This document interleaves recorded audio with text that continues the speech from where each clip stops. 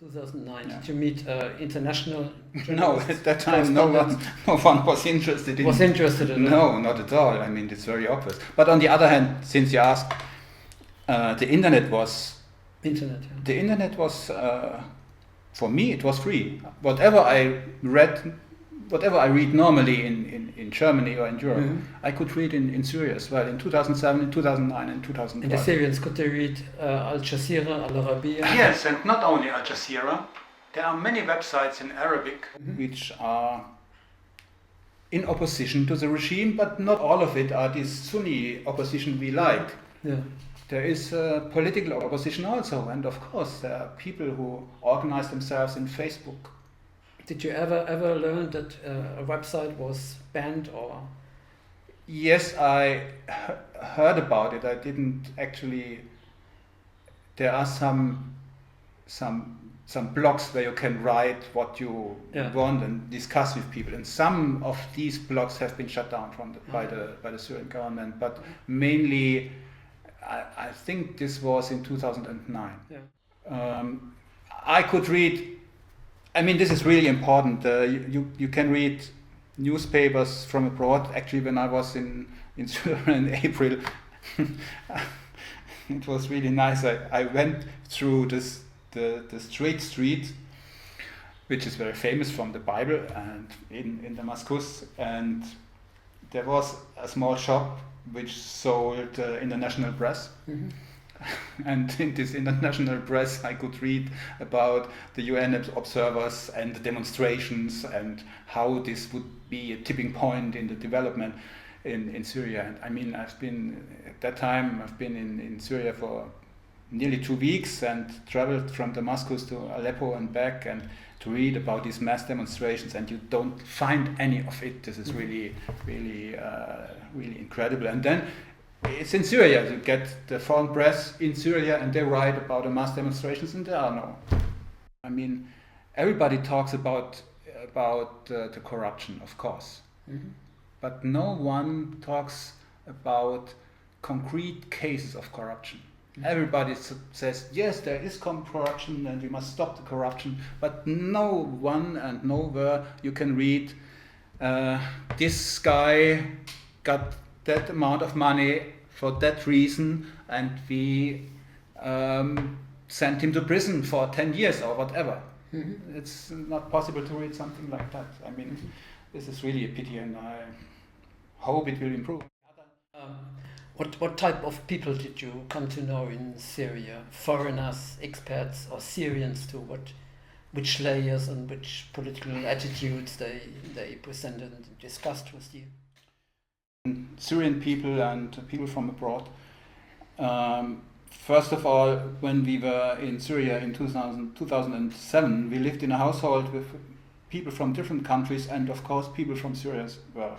There have been people from Italy, a young girl from Italy, a young man from the US, 2 girls from Syria, and some Syrian guys.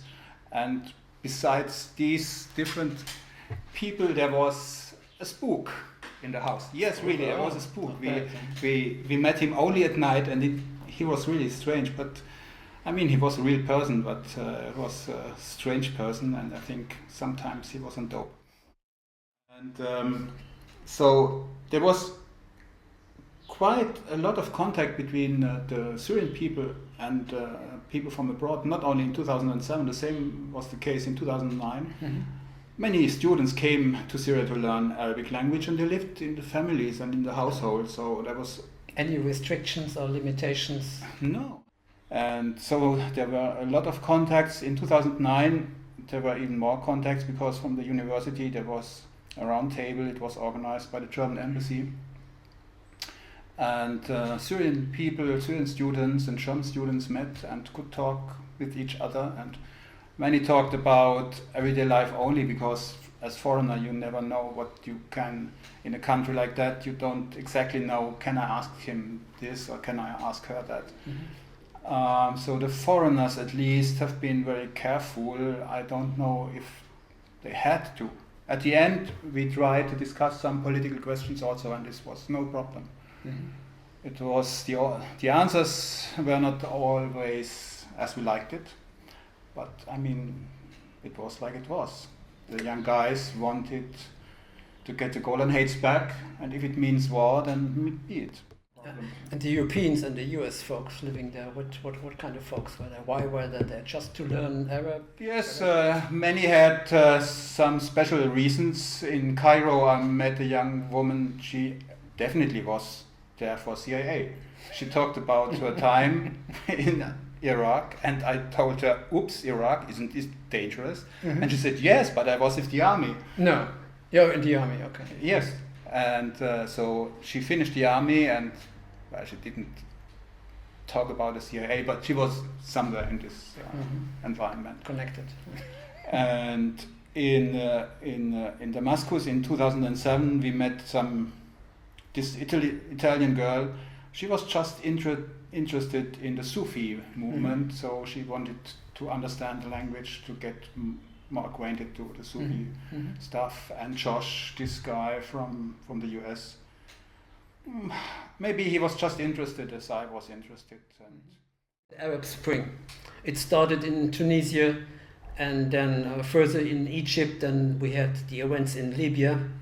We have now the events in Syria. Could you design a context, an image, big picture of all these events and the main forces, the main influences? Yes, absolutely. I mean, when we look at this Arab Spring, actually it started in Tunisia, and at that time it was not very famous in our newspapers. Only later, when it toppled Ben Ali and spread to Cairo. In the beginning, I very well remember in the beginning in December, shortly before Christmas Eve, I read in the Arab newspapers for the first time about these demonstrations in Tunis, in Tunisia, and got some images and all these people running in demonstrations and shouting "Hurriya, Hurriya, Hurriya." It was really impressive and it was moving, and I thought at the end this is really great. Mm-hmm. Now it's a year and a half ago, and things have developed into a direction that I really don't like. And one point of it is when this Arab Spring came to Europe. I mean, when the newspapers and the TV media in Europe realized there is something interesting, this was when it started in Egypt. Mm-hmm. And Egypt is really different because most of these countries have a background of Muslim Brotherhood culture, which defines the opposition. Mm-hmm. In Egypt it was different. In Egypt we have two groups which define the opposition. This is the Muslim Brotherhood, the Islamists, on the one hand, and on the other hand this modern part of the opposition. And our media, what did they show us? The modern part, of course. Mm-hmm. No one talked about the Muslim Brotherhood. But now it's obvious. We had two groups in Egypt, and one group prevailed at the end. I mean, nowadays no one, everybody has to acknowledge that the Muslim Brotherhood is the main group which defines the future of Egypt.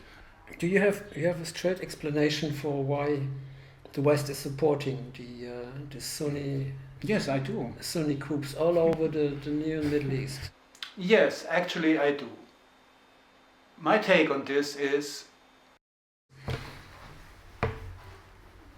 we have to take over. We have to take over of the Arab Spring by the most reactionary forces in the Arab world, with the Gulf states. Mm-hmm. And Saudi Arabia and these emirs and princes, and they really don't want any kind of democracy, and they want just silence and working and money.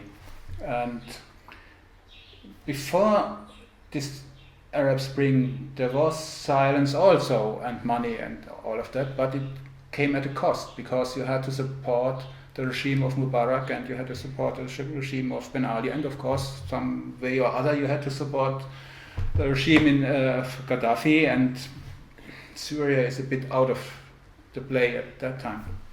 Is it the same constellation like in the 80s when the West supported all the groups in Afghanistan who were opposed to the Russians?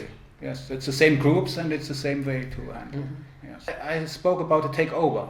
I said that Arab Spring is taken over by the regimes from Saudi Arabia, and it's true. But it's an easy takeover because many people agree with this thinking, like Sunni groups, and they would like a Sunni Muslim dictator would be more liked than Mubarak. So the cost to keep the system stable and calm is less than in the past with Mubarak. So the takeover is there, and it's a takeover which is quite easy because many people think, okay, that's fine with us. Is this only the ones we love? Only the ones we love. I mean, for them it's really bad. Yeah.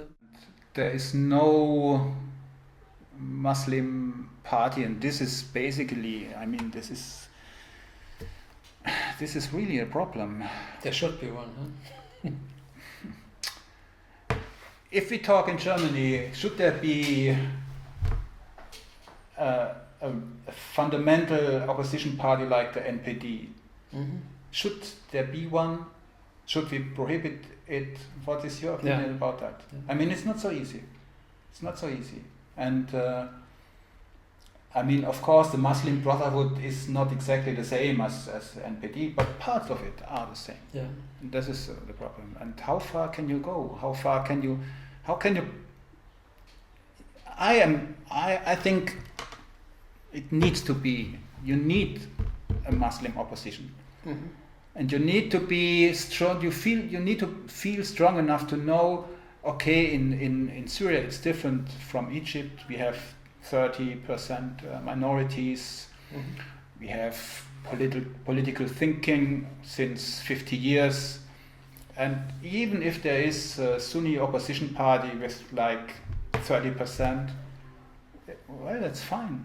They still can manage to govern in the way it was. I mean, not with the corruption, but this kind of secular state we have in Syria. It still would be possible. And to prevent the Sunni party, this is crazy. Yeah, okay. Is there political opposition? There are many political groups, old ones. Part of them have been part of the system, but they begin to build more real opposition. There is one group which was part of the National Front in the old times, so before 2011, and which took part in the elections as a known party. But now some argue they are part of the regime, but this is not true. I mean, when you have this partition new parties, and even if they come from the regime, as soon as they really build new parties in this environment of demonstrations and turmoil and whatever, then they go a different way. So there are some opposition parties. In some cases, actually, I don't know if they really have any base or if it's only the personality. There are no political or whatever modern opposition. It's mainly this fighting to overthrow the regime, and many of these people who wanted changes but didn't want the turmoil we find now, they just keep aside and don't want to be engaged more. Okay, thank you, Manfred, for your answers. And thank you for having me. And thank you for the audience.